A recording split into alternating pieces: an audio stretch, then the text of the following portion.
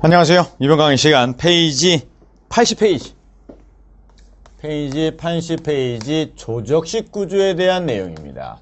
조적식 구조. 시험에서는 매년 두 문제씩 꼬박꼬박 나오고 있습니다. 두 문제 보시면 될 것 같습니다. 두 문제인데요. 우선 정의를 좀 볼까요? 일정에서 봤지만 조적식 구조는 벽돌, 블럭, 돌덩이 이런 것들을 쌓아 올리는데 그냥은 쌓아 올릴 수 없고 접합재, 결합재라 할까요? 붙이는 재료니까 결합재 또는 가장 많이 쓰는 말은 교착재입니다. 서로 딱 달라붙게 하는 재료. 교착재를 사용해서 쌓은 것, 쌓아 올린 것, 이것을 우리가 조적식 구조라고 부릅니다. 그렇다면 벽돌에 대한, 블록에 대한, 돌에 대한 내용 하나, 그 다음 교착재, 결합재인 시멘트와 모래와 물을 섞은 시멘트 모르타르, 요즘에는 모르타르라고 많이 하죠. 모르타르에 대한 내용 하나, 그리고 쌓는 방식, 쌓기상, 주의상 이렇게 세 파트입니다. 시험에서 요즘에는 이게 많이 나오고 있죠. 간혹 나오는 편이고요. 그래서 쌓기 방식 또는 쌓기의 주의사항에 대해서 자주 언급되는 문제입니다. 그렇다면 이거에 대한 내용, 이거에 대한 내용, 이거에 대한 내용 배우면 끝일 겁니다. 그러면 80페이지 읽어보죠. 조적식 구조는 벽돌, 블록, 돌 등의 단일 개체의 교착재라는 모르타르는 어떻게 만들었더라? 시멘트에다가 모래를 섞어요. 여기다가 물을 집어 넣은 겁니다. 그러면 이 시멘트란 놈이 물하고 만나면 반응을 일으켜요. 그것을 우리가 수화 반응이라고 부릅니다. 물에 의한 화학 반응이에요. 이 수화 반응에 의해서 처음에는 반응하지 않아요. 사람도요. 첫 만남에서는 어색하고 그렇습니다. 그렇지만 시간이 지나면 서로 그죠? 가까워집니다. 마찬가지로 시멘트와 물이 만나면 처음에는 반응하지 않는데 물을 집어넣고 비빈 후 1시간이 지나면서부터 반응을 해서 즉 수화 반응을 해서 10시간 이내에 굳어요. 그 굳는 것을 뭐라 부르냐면 응결된다 부릅니다. 이 응결은 뭐냐면 도토리 묵 정도만 됩니다. 그리고 시간이 지나고 지나면 돌처럼 단단해져요. 그 돌처럼 단단해지는 것을 경화라고 부릅니다. 이러한 과정을 거쳐서 본드처럼 딱딱하게 붙는 거예요. 우리가 돼지 본드 뭡니까? 바른 다음에 좀 시간이 지난 다음에 붙이죠. 얘도 마찬가지로 처음에는 반응하지 않아서 그냥 있다가 일정 시간 지나면 반응하기 시작해서 굳어서 시간이 지나면 돌처럼 단단하게 붙어버리는 거죠. 요게 시멘트, 모르타르에 대한 얘기입니다. 뒤에서 볼 거고요. 저 뒤에 가면 철근 콘크리트에서 아주 중요하게 배울 내용입니다. 좋습니다. 모르타르를 사용하여 쌓아 올린 구조로서 소규모의 건축물, 칸막이 벽체, 외부 마감 등을 형성하는 공사입니다. 그래서 조적식 구조가 튼튼한지 안 튼튼한지, 즉 강성을 결정할 때는 이놈들의 강도, 모르타르의 강도, 쌓기 방식, 또 뭐가 있을까요? 얼마나 시공을 잘하는지, 시공 정밀도 이런 것들에 의해서 강성이 결정이 되겠죠. 그런데 기억나신지 모르겠습니다.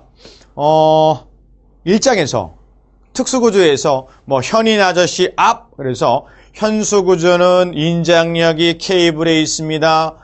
국면식 구조, 아치 구조는 압축력 받도록 합니다. 즉, 여기 있는 조적식 구조의 가장 큰 특징은 압축력만 받아야 돼요. 이런 벽돌, 블록, 돌 등이 인장력이 약해서 압축력만 받도록 쌓기 때문에 압축 강도가 커야 되지 인장 강도는 관련성이 없습니다.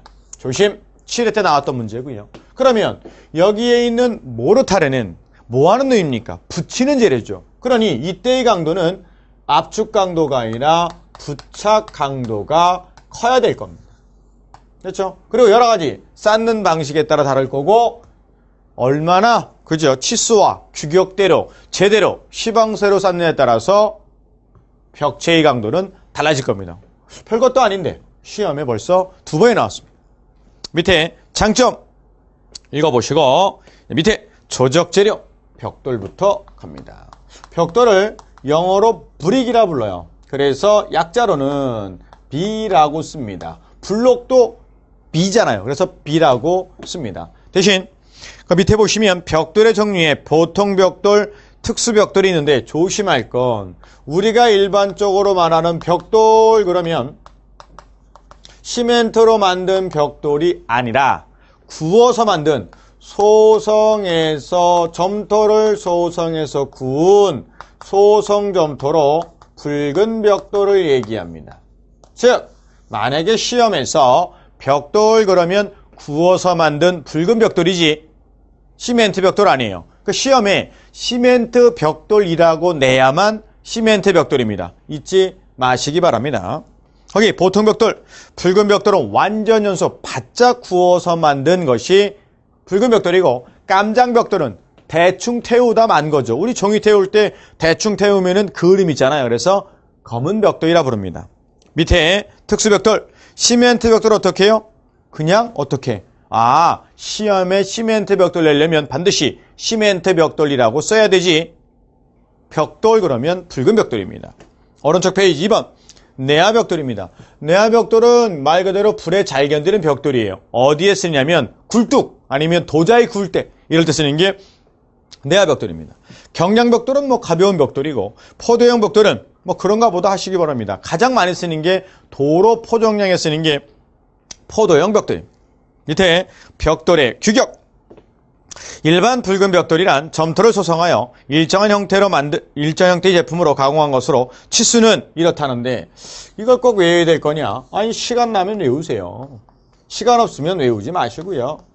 그래서 저기 밀리미터에 있는데 19cm, 9cm, 여기 5.7cm 있는데 신경 쓰지 마시기 바랍니다. 됐습니까? 그러면서 밑에 벽돌의 마름질이 있을 겁니다.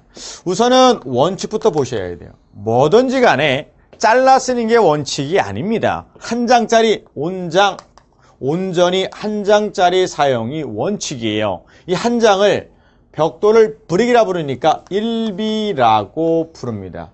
그런데 여러 가지 쌓기 방법에 따라서 또는 하다 보면 벽 길이의 차이에 따라서 잘라 쓸 수밖에 없어요. 예외적으로 잘라 쓰는 것을 마름질이라고 합니다. 참 마름질 어려운 표현이죠. 순수한 한국말이거든요. 영어로는 쉬워요. 커팅. 그런데 다른 시험 보니까 마름질이라고 가끔 나옵니다. 그러니까 마름질하는 정리해 놓으시고요. 용어 좀 볼게요. 이렇게 긴 면을 길이면이라고 부릅니다. 그리고 양쪽 끝면을 순수한 한국말로 양쪽 끝을 마구리라고 부릅니다. 그래서 얘를 마구리면이라고 부릅니다. 참 어렵죠? 길이면, 마구리면. 됐습니까? 그러면 자르는데, 마름질하는데 앞으로 공부하실 때도 자른다 이런 표현 쓰지 마시고 마름질한다 이렇게 하시면 돼요. 마름질하는 방법은 두 가지입니다. 이렇게 자를 수도 있고, 그죠? 또는 어떻게? 이렇게 자를 수도 있을 겁니다. 길이면을 자를 수도 있고 마구리면을 자를 수 있는데 이렇게 자르는 것을 토막이라고 불러요. 그러면 이렇게 좁은 면으로 자르는 것을 절이라고 부릅니다. 그럼 토막은 만약에 반을 자르면 반토막이라 부르는 게 아니라 0.5비라고 씁니다. 왜요? 50%니까. 됐습니까? 반토막. 그러면 이렇게 자를 수도 있겠네요. 여기 4분의 1, 여기 4분의 3 이렇게 자를 수 있겠네요. 그럼 여기 있는 4분의 1만 자르는 것을 뭐라 부르냐면 4분의 1이 몇 프로입니까? 25%죠. 그래서 얘를 25토막이라는 표현을 씁니다. 참 어렵죠? 1사토막 하면 될 텐데 우리 왜 1사분기, 2사분기 하잖아요. 근데 2호토막. 그럼 여기는 뭐라 부를까요? 나머지 이거 가지고 쓰는 거를. 요거를 7호토막. 왜요? 75% 토막이니까. 참 어렵네요. 한문도 나왔다.